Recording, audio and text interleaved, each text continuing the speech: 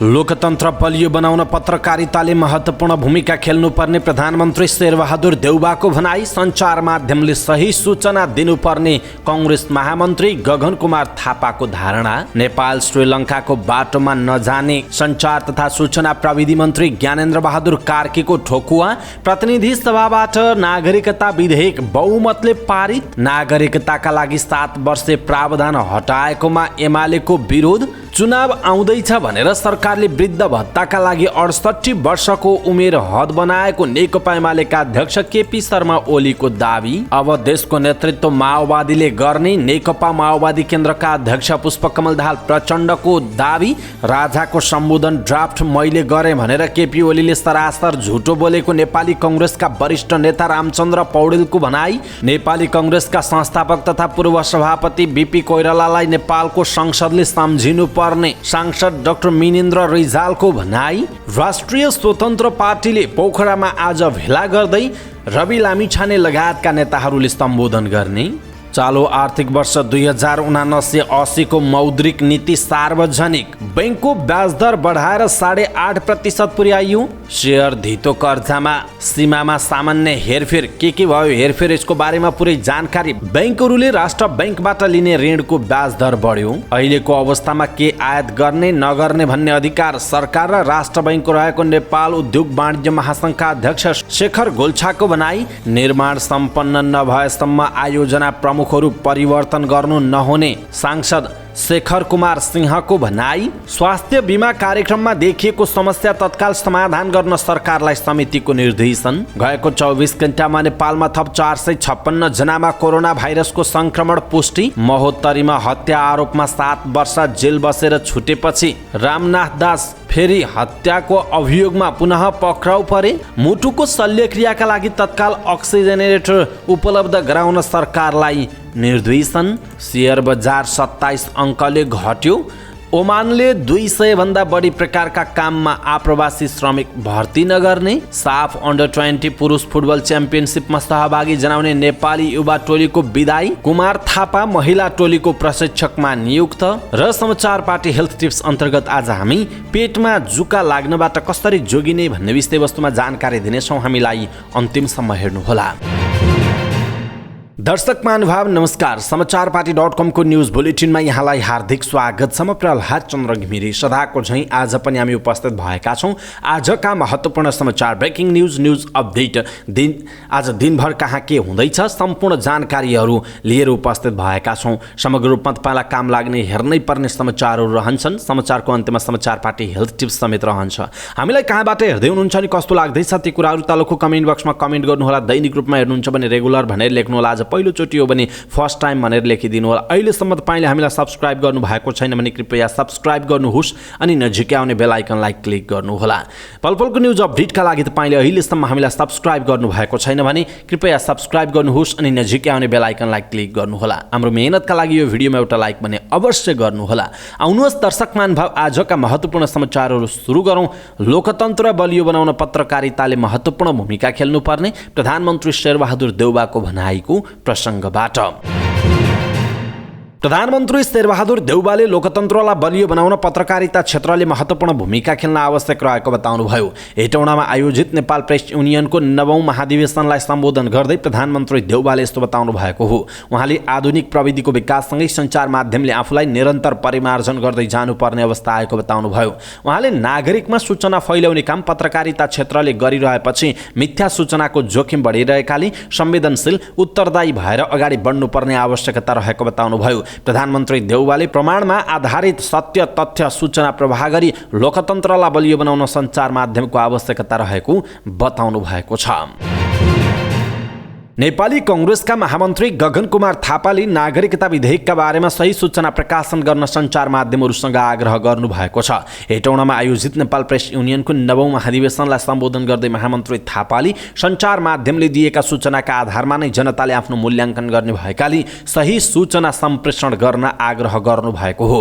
उहाँले संसदमा विवाह गरिसकेपछि नेपाली पुरुषले विवाह गरेको एउटा महिलाले नागरिकता कहिले प्राप्त गर्ने भन्ने विषय छलफलको विषय हुने भन्दै यसलाई छलफलमा भएका कुराहरूलाई सही ढङ्गले प्रस्तुत गर्नुपर्ने आवश्यकता रहेको बताउनुभयो। महामन्त्री थापाले जनतालाई सत्य तथ्य कुरा सही ढङ्गले सम्प्रेषित गर्न आवश्यक रहेको बताउनुभयो। सञ्चार तथा सूचना प्रविधि मन्त्री एवं नेपाली कांग्रेसका नेता ज्ञानेन्द्र बहादुर कार्कीले चाँडै नेपाल दक्षिण एसियामा सबल अर्थतन्त्र भएको मुलुकका रूपमा परिणत हुने उद्घोष गर्नुभएको छ। हेटौडामा आयोजित नेपाल प्रेस युनियनको महाधिवेशनलाई सम्बोधन गर्दै उहाँले यस्तो दावी गर्नुभएको हो। उहाँले नेपाल श्रीलङ्काको बाटो नगएको दावी गर्नुभयो। उहाँले नेपालको अर्थतन्त्रमा केही समस्या रहे पनि श्रीलङ्का पथमा नेपाल नरहेको बताउनुभयो। उहाँले आगामी 10 वर्षमा नेपाललाई सबल अर्थतन्त्र भएको मुलुकको रूपमा परिणत गरेर अगाडि बढ्ने बताउनुभयो। मन्त्री कार्कीले सरकार संविधानले परिकल्पना गरेको प्रेस स्वतन्त्रता, अभिव्यक्ति स्वतन्त्रता र नागरिकको हक रक्षाका निमित्त प्रतिबद्ध रहेको पनि दावी गर्नुभयो। उहाँले सरकार दक्षिण एसियामा नै प्रेस स्वतन्त्रताको अग्रणी देशको रूपमा नेपाललाई स्थापित गर्न प्रतिबद्ध रहेको पनि बताउनुभयो। नागरिकता सम्बन्धी विधेयक प्रतिनिधि सभाबाट पारित भएको छ। शुक्रबार दिनभर छलफलपछि प्रतिनिधि सभाले नागरिकता ऐन 2063लाई संशोधन गर्न बनेको विधेयक बहुमतले पारित भएको हो। नागरिकता विधेयकको पक्षमा नेपाली कांग्रेस, नेकपा माओवादी केन्द्र, एकीकृत समाजवादी, जनता समाजवादी पार्टी रहेका थिए। नेकपा एमाले, राष्ट्रिय जनमोर्चा, नेपाल मजदुर किसान पार्टीले भने नेपाली नागरिक पुरुषसँग विवाह गर्ने विदेशी महिलालाई तत्काल नागरिकता दिन नहुने भन्दै विधेयकको विपक्षमा रहे। नागरिकता विधेयकमाथि प्रतिनिधि सभामा भएको छलफलमा 45 जना सांसद सहभागी भएका थिए। गृहमन्त्री बालकृष्ण खाँडले जन्मका आधारमा नेपाली नागरिकता पाएकाहरूको सन्तान लामो समयदेखि नागरिकता विहीन अवस्थामा रहेकाले यही विषय सम्बोधन गर्न नागरिकता विधेयक ल्याएको बताउनुभयो। उहाँले वैवाहिक अङ्गीकृतका विषयमा दलीय सहमति जुटाएर अगाडि बढ्न सक्ने उहाँको भनाइ छ। प्रतिनिधि सभाबाट पारित भएपछि यो विधेयक अब राष्ट्रिय सभामा जानेछ। त्यहाँबाट पनि पारित भएर राष्ट्रपतिबाट प्रमाणीकरण भएपछि ऐन बनेर लागू हुने जनाइएको छ। प्रमुख प्रतिपक्ष दल नेकपा एमाले नेपाली नागरिकसँग विवाह गरी आउने विदेशीहरूलाई नागरिकता दिनका लागि 7 वर्ष प्रावधान हटाएको प्रति विरोध गरेको छ।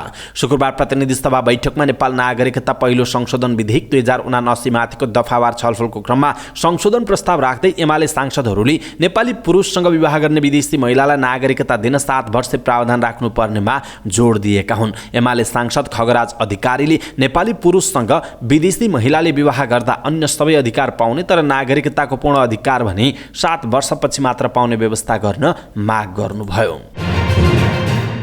प्रमुख प्रतिपक्ष दल नेकपा एमालेका अध्यक्ष एवं पूर्व प्रधानमन्त्री केपी शर्मा ओलीले चुनाव आउँदैछ भनेर सरकारले वृद्ध भत्ताका लागि 70 वर्षबाट 68 वर्ष उमेर हद बनाएको आरोप लगाउनु भएको छ।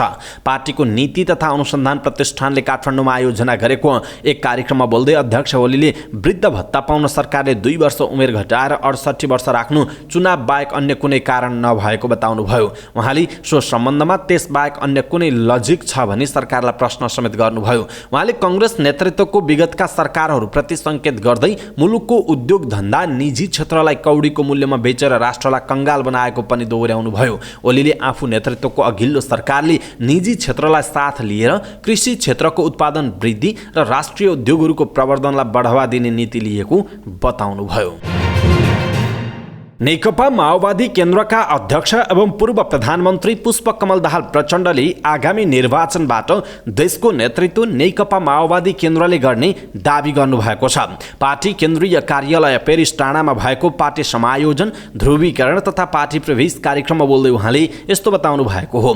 अध्यक्ष दाहालले आगामी सङ्घ र प्रदेशको निर्वाचनमा आउने चुनावमा माओवादीलाई देशको बागडोरको जिम्मा लिनबाट कसैले रोक्न नसक्ने उद्घोष गर्नुभयो। उहाँले नेकपा माओवादीमा पुनः एकपटक पुनर्स्थापित हुने दावी गर्दै माओवादी पार्टी पुनः स्थापित हुन नसके संघीय लोकतान्त्रिक गणतन्त्र बलियो हुन नसक्ने बताउनुभयो। अध्यक्ष दाहालले पार्टीमा पछिल्लो समय प्रवेश गर्ने नेता कार्यकर्ताको संख्या बढिरहेको भन्दै यसले नेकपा माओवादीलाई एकपटक पुनः सरकार सञ्चालनको जिम्मा दिने बेला आइरहेको बताउनुभयो। नेपाली कांग्रेसका वरिष्ठ नेता रामचन्द्र पौडेलले कांग्रेसलाई एक्लो बनाएर कम्युनिस्टहरू एकता गर्ने षड्यन्त्रमा लागिरहेको बताउनु भएको छ। हेटौडामा आयोजित नेपाल प्रेस युनियनको महाधिवेशनलाई सम्बोधन गर्दै वरिष्ठ नेता पौडेलले यस्तो बताउनु भएको हो। उहाँले अन्तर्राष्ट्रिय शक्तिहरू र नेपालका कम्युनिस्टहरू एकताबद्ध भई नेपाली कांग्रेस र लोकतन्त्रलाई कमजोर बनाउने षड्यन्त्र गरिरहेको बताउनुभयो। वरिष्ठ नेता पौडेलले गठबन्धन आजको आवश्यकता भए पनि आगामी चुनावमा कम्युनिस्टहरू एक ठाउँमा उभिएर कांग्रेसलाई एक्लो बनाउने काम भइरहेको दावी गर्नुभयो। उहाँले नेपाललाई नेपाललाई अहिले स्थिरता, सुशासन र विकास चाहिएकाले आगामी चुनावसम्म नै गठबन्धन गरेर अगाडि बढ्न आवश्यक रहेको बताउनुभयो। उहाँले माओवादी, एकीकृत समाजवादी लगायतका कम्युनिस्ट दलहरू कम्युनिस्ट एकता गरेर अगाडि बढ्ने योजनामा रहेको उहाँको भनाइरहेको छ। नेपाली कांग्रेसका सांसद डाक्टर मिनेन्द्र रिजालले नेपाली कांग्रेसका संस्थापक तथा पूर्व सभापति बीपी कोइरालालाई नेपालको संसदले सम्झिनुपर्ने बताउनुभयो। प्रतिनिधि सभाको बैठकमा समय माग गरेर बोल्दै सांसद रिजालले आज बीपी कोइरालाको स्मृति दिवस भएको र बीपी नेपालको पहिलो संसदको नेता भएकाले उहाँलाई संसदले स्मरण गर्नुपर्ने बताउनु भएको हो। बीपीले राजासँग लड्दा अथवा राजासँग मिलापको बाटो खोज्दा पनि नेपाली जनतालाई केन्द्रमा राखेको उहाँले बताउनुभयो। सांसद रिजालले कोइराला नेपाली जनतालाई साँचो अर्थमा सार्वभौम बनाउने काममा लाग्नु भएको स्मरण गर्नु भएको छ।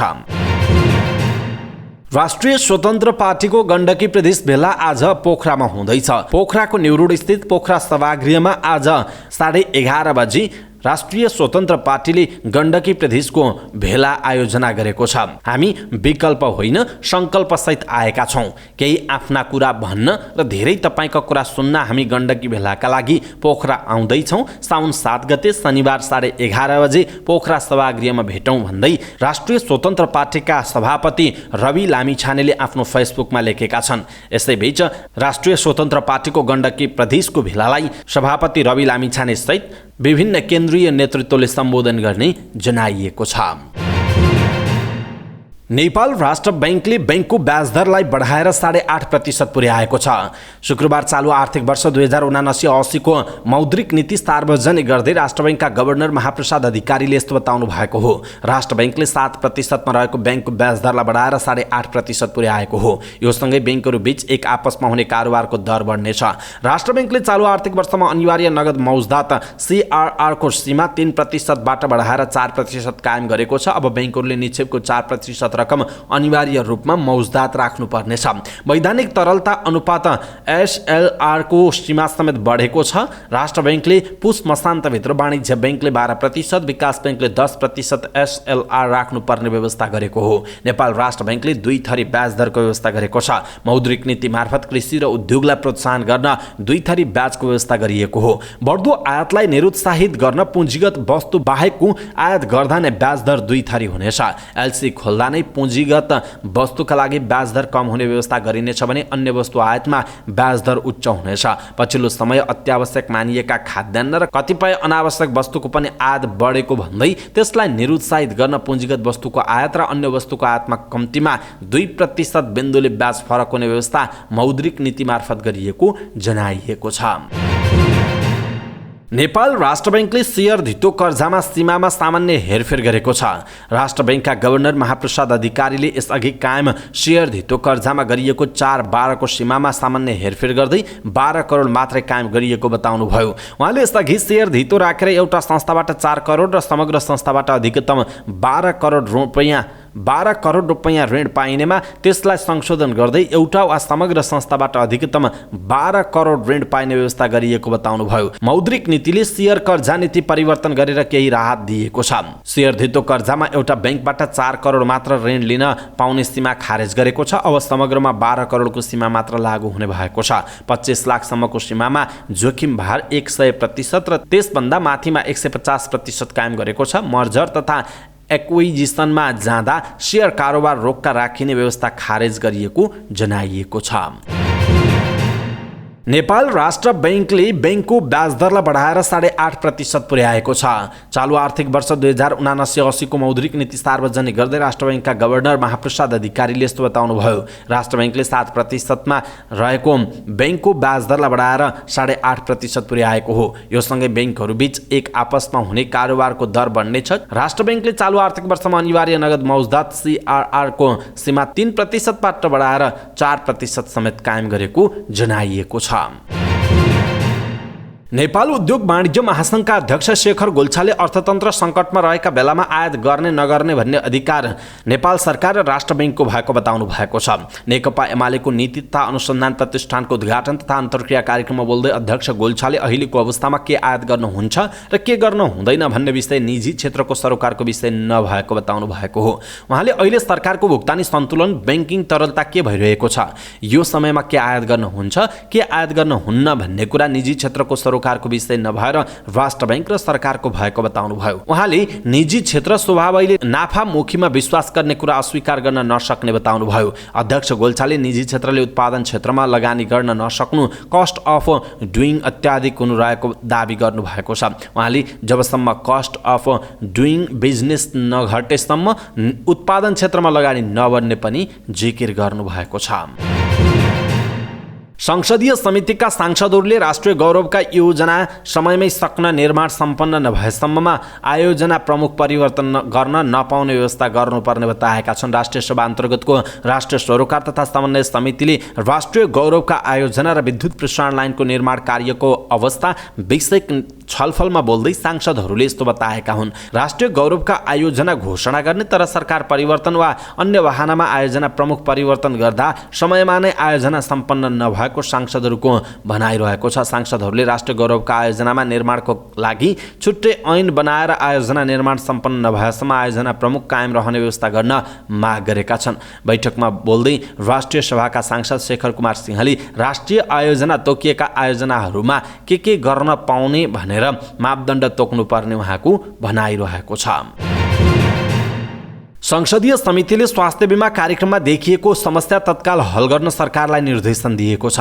सिंहदरबारमा बसेको प्रतिनिधि सभा अन्तर्गतको शिक्षा तथा स्वास्थ्य समितिले बैठकले क्याबिनेटमा प्रस्ताव लगेर भए पनि सो बीमा कार्यक्रम कार्यान्वयनमा देखिएको समस्या तत्काल हल र स्वास्थ्य तथा जनसङ्ख्या मन्त्रालयलाई निर्देशन दिएको हो। बजेट वक्तव्यमा आएको सो सम्बन्धी व्यवस्थालाई हेरी मन्त्रालय आफैले वा नसकेमा मन्त्री परिषद बैठकबाट आवश्यक निर्णय गराएर भए पनि सो बीमा कार्यक्रम तत्काल कार्यान्वयनमा ल्याउन सरकारलाई निर्देश गरिएको समितिकी सभापति जयपुरी घरतीले बताउनुभयो। समितिले सेवाग्राहीलाई सहज ढङ्गले सो बीमाको भुक्तानी पाउने व्यवस्था मिलाउन पनि सरकारलाई सचेत गराएको छ।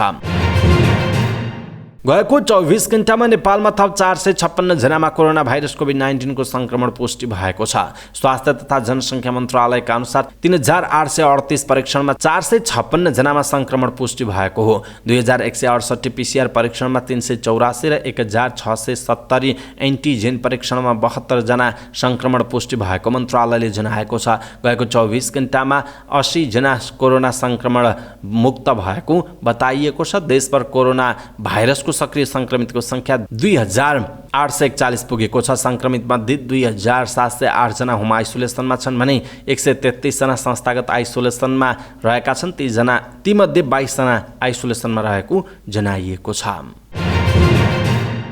महोत्तरीमा हत्या अभियोगमा 7 वर्ष जेल सजाय भोगेर आएका व्यक्ति 2 महिनामै अर्को हत्याको आरोपमा पक्राउ परेका छन्। आफ्नी छिमेकीको हत्या गरेको अभियोगमा 7 वर्ष जेल बसेर 15 जेठमा गणतन्त्र दिवसका अवसरमा रिहाई भएका पिपरा गाउँपालिका 7 सहुडबाका रामनाथ दास आफ्नै काकाको हत्या अभियोगमा पुनः पक्राउ परेको जनाइएको छ। रिहा भएर आएको 2 महिना नबित्दै रामनाथले साउनको 5 मा नै आफ्नै काका 60 वर्षका रामबहादुर दासको हत्या गरेको पाइएको महोत्तरीका प्रहरी प्रवक्ता एवं डीएसपी प्रकाश विष्टले बताउनुभयो। उहाँका अनुसार रामनाथले आँपको बगैँचामा सुतिरहेका आफ्ना काका रामबहादुर माथि कोदालो प्रहार गरी हत्या गरेको प्रहरीले जनाएको छ। रामनाथलाई साउन 5 कै राति पक्राउ गरेको प्रहरीले सार्वजनिक नै गरेको छ। संघीय संसद प्रतिनिधि सभा अन्तर्गतको शिक्षा तथा स्वास्थ्य समितिले कूटनीतिक पहल गरी मुटुको शल्यक्रियाका लागि आवश्यक अक्सिजनेरेटर मेसिन तत्काल उपलब्ध हुने गरी आवश्यक व्यवस्था मिलाउन सरकारलाई सुझाव दिएको छ। समितिको शुक्रबार सिंहदरबारमा बसेको बैठकले सो मेसिन तत्काल उपलब्ध गराउन स्वास्थ्य तथा जनसङ्ख्या मन्त्रालयलाई आग्रह गरेको हो। मुटुका बिरामीहरूको शल्यक्रिया नै हुन नसकेको विषयलाई गम्भीरतापूर्वक लिएर कूटनीतिक पहल गरी त्यसको आवश्यक व्यवस्था मिलाउन सरकारलाई सुझाव दिएको समितिकी सभापति जयपुरी घरतीले बताउनुभयो। शेयर बजार परिसूचक नेप्से शुक्रबार पनि घटेको छ। बिहिबार झन्डै 6 अङ्कले घटेको शेयर बजार शुक्रबार 27.26 अङ्कले घटेर 2017.46 बिन्दुमा झरेको छ। सबै समूहको शेयर घटेकोमा उत्पादन, बीमा, विकास बैंक, होटल तथा पर्यटन र व्यापार समूहको शेयर उच्च अङ्कले घटेको छ। 212 कम्पनीका 33,20,000 किता शेयर 1 अर्ब 44 करोड रुपैयाँमा कारोबार भएको छ। सबैभन्दा धेरै शिवम सिमेन्टको 10 करोड रुपैयाँको शेयर किनबेच भएको छ। आज सप्तकोशी विकास बैंकको शेयर सबैभन्दा धेरै 5.5%ले धेरैले घटेको छ। समग्रमा बजार घटे पनि किसान लघुवित्तको शेयर भने 8% भन्दा धेरैले बढेको छ। अब अन्तर्राष्ट्रिय समाचार। ओमानले अब 200 भन्दा बढी कामका लागि आप्रवासी श्रमिक भर्ती नगर्ने भएको छ। आफ्नो देशभित्र रोजगारीको क्षेत्रलाई ओमानीकरण गर्ने नयाँ रणनीतिसँगै यस्तो निर्णय गरेको हो। ओमानका श्रम मन्त्रीले निर्णय गरेका छन्। 235/2022 जारी गर्दै केही निश्चित व्यवसायमा आफ्ना नागरिक भर्ती गर्ने योजना अनुरूप यो नियम चालेको गल्फ न्युजले जनाएको छ। यो निर्णयको सुरुवातमै आप्रवासी श्रमिकलाई 207 प्रकारका काम गर्न प्रतिबन्ध लगाइने, तर करार अवधि नसकिएसम्म आफूले गरिरहेको काम भने गर्न मिल्ने उल्लेख छ। अब ओमानले सुरक्षा guard, operator, grocery, car, bus driver, salesman, store supervisor, manager लगायतका 207 प्रकारका काममा विदेशी श्रमिक भर्ती नगर्ने गल्फ न्युजले जनाएको छ। यो निर्णय चाँडै नै राजपत्रमा सूचना प्रकाशित भएको पछिल्लो दिनदेखि नै लागू हुने जनाइएको छ। ओमानको शाही आदेश नम्बर 35/203 र 89/2020 मा आधारित रहेर यस्तो निर्णय गरिएको बताइएको छ। साफ अन्डर 20 पुरुष फुटबल च्याम्पियनसिपमा सहभागी जनाउने नेपाली युवा टोलीलाई शुक्रबार बिदाई गरिएको छ। ललितपुर स्थित अखिल नेपाल फुटबल सङ्घ एन्फा मुख्यालयमा आयोजित पत्रकार सम्मेलन मार्फत नेपाली टोलीको बिदाई गरिएको हो। भारतको भुवनेश्वरमा हुने साफ अन्डर 20 टोलीलाई एन्फाले बिदाई गरेको हो। टोलीलाई राष्ट्रिय खेलकुद परिषदका सदस्य सचिव टङ्कलाल घिसिङ, एन्फा अध्यक्ष पङ्कज विक्रम नेमुवाङ सहित केही एन्फा पदाधिकारीले बिदाई गरेका हुन्। बिदाईपछि बोल्दै सदस्य सचिव टङ्कलाल घिसिङले लामो प्रक्रियाबाट प्रशिक्षकको मेहनतबाट छनौट भएको टोलीले राम्रो नतिजा ल्याउने विश्वास व्यक्त गर्नुभयो। कसैलाई खुसी बनाउँदा भन्दा पनि देशलाई खुसी बनाउन खेलाडी खेलप्रति कटिबद्ध हुनुपर्ने अहिलेको खेलकुदको आवश्यकता भएको भन्दै घिसिङले साफ अन्डर 20 मा सहभागी हुन गएको टोलीलाई सफलताको शुभकामना पनि दिनुभएको छ। शहीद स्मारक ए डिभिजन लिग क्लब एपीएफका प्रशिक्षक कुमार थापालाई शुक्रबार अखिल नेपाल फुटबल सङ्घ एन्फाले साफ च्याम्पियनसिपमा सहभागी हुने महिला टोलीको मुख्य प्रशिक्षक नियुक्त गरेको छ। नेपालमा भदौ 21 गतेदेखि असोज 3 गतेसम्म आयोजना हुने साफ च्याम्पियनसिपका लागि एन्फाले शुक्रबार महिला टिमको प्रशिक्षकमा थापालाई नियुक्त गरेको हो। शुक्रबार जिम्मेवारी पाएका थापाले यसअघि पनि महिला टोलीको प्रशिक्षण सम्हालिसकेका छन्। महिला फुटबल सङ्घकी पूर्व अध्यक्ष वृन्दा देवानलाई टिम व्यवस्थापक जिम्मेवारी दिएको एन्फाले जारी गरेको सूचनामा उल्लेख छ। नेपालमा आयोजना हुन लागेको साफ च्याम्पियनसिपका लागि उपाध्यक्ष र कार्य समितिका सदस्यहरूलाई समेटेर एन्फाका वरिष्ठ उपाध्यक्ष वीरबहादुर खड्काको संयोजकत्वमा 18 सदस्यीय आयोजक कमिटी गठन गरिएको छ।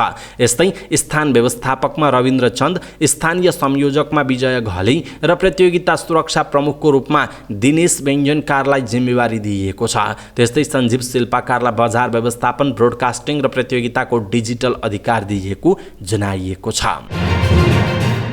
समाचार पार्टी न्युज बुलेटिनमा पालो भएको छ समाचार पार्टी हेल्थ टिप्स। समाचार पार्टी हेल्थ टिप्समा आज हामीले पेटमा जुका लाग्नबाट कसरी जोगिने भन्ने विषयवस्तुमा जानकारी दिनेछौँ। हामीलाई अन्तिमसम्म हेर्नुहोला र सबै नेपालीहरू माझ पुर्याउनका लागि यो भिडियोलाई सक्दो सेयर गर्नुहोला। मानिसलाई जुका लाग्नु भनेको उसको शरीरमा परजीवी पसेर पेटमा जुका पर्नु हो। मानिसलाई परजीवीबाट हुने रोगहरूमध्ये जुका नै सबैभन्दा धेरै लाग्ने रोग हो। यो धेरैजसो विकासोन्मुख देशका मानिसहरूलाई लाग्दछ, किनभने विकासोन्मुख देशमा व्यक्तिगत र वातावरणीय सरसफाइमा जनचेतनाको अभाव र गरिबीको कारणले यो रोग लाग्ने र कहिलेकाहीँ महामारीको रूपमा पनि लिन सक्दछ। यो जुनसुकै उमेर समूहका मानिसलाई लाग्ने रोग हो, तर विशेष गरी बच्चाहरूलाई बढी लाग्ने भएकाले बच्चाका आमा बुबाले विशेष ध्यान दिनु जरुरी हुन्छ। त्यसो त कसरी लाग्छ जुका? व्यक्तिगत र वातावरणीय सरसफाइ नभएमा यो रोग लाग्छ। जथाभावी जहाँ पायो त्यहीँ दिशा गर्ने गरेमा, राम्ररी साबुन पानीले हात नधोएमा, काँचो खानेकुरा राम्ररी धोइ पखाली गरी नखाएमा नाङ्गो खाली खुट्टा हिँड्नाले यो रोग लाग्दछ। हेर्दा गण्डेउला जस्तो देखिने जुकाले खानामा पाइने पोषक तत्त्वहरूको उपयुक्त पोषणमा असर पारी शरीरमा पोषक तत्त्वहरू कमी गराउँछ। त्यसैले आफ्ना बच्चाको हेरचाह गर्ने आमा बुबाले व्यक्तिगत सरसफाइमा ध्यान दिएमा बच्चालाई जुकाको संक्रमण हुनबाट बचाउन सकिन्छ। त्यसैले बच्चाहरूको खाना बनाउनु अघि, स्तनपान गराउनु अघि दिशा सफा गरिसकेपछि आमा बुबाले राम्ररी साबुन पानीले हात नधोएमा बच्चालाई जुका लाग्न सक्दछ। जुका परिजीवी भएकाले मानिसले खाएको खानामा भएको पौष्टिक तत्त्व नाश गरिदिन्छ र मानिसको आन्द्रामा बसेर हुर्कने र बच्ने गर्दछ। यसले मानिसको आन्द्राबाट पोसिलो खानाका साथै रगत समेत चुसेर आफ्नो जीवन निर्वाह गर्दछ। यसले हाम्रो शरीरको रगत चुस्ने भएकाले जुका लागेको मानिसमा कुपोषण तथा रगतको कमी जस्ता समस्याहरू निम्तिन सक्दछन्, जसको परिणामले बहुसंख्यक बालबालिकाहरूको शारीरिक तथा मानसिक वृद्धि र विकासमा अवरोध पैदा भई मृत्युको मुखमा समेत पुर्याउन सक्दछ। त्यसकारण हामीले पेटमा जुका लाग्नबाट कसरी जोगिने भन्ने विषयवस्तुमा जानकारी दियौँ। तपाईँलाई कस्तो लाग्यो आफ्नो धारणा तलको कमेन्ट बक्समा कमेन्ट गर्नुहोला। हाम्रो मेहनतका लागि यो भिडियोमा एउटा सानो लाइक अवश्य गर्नुहोला। दर्शकमान भए पलपलको न्युज अपडेटका लागि हाम्रो च्यानललाई सब्स्क्राइब गर्नुहोस् अनि नजिकै आउने बेल आइकनलाई क्लिक गर्नुहोला। पलपलको न्युज अपडेटका साथ फेरि हाम्रो भेट हुनेछ। तपाईँ समाचार पार्टी हेर्दै गर्नुहोस्। नमस्कार।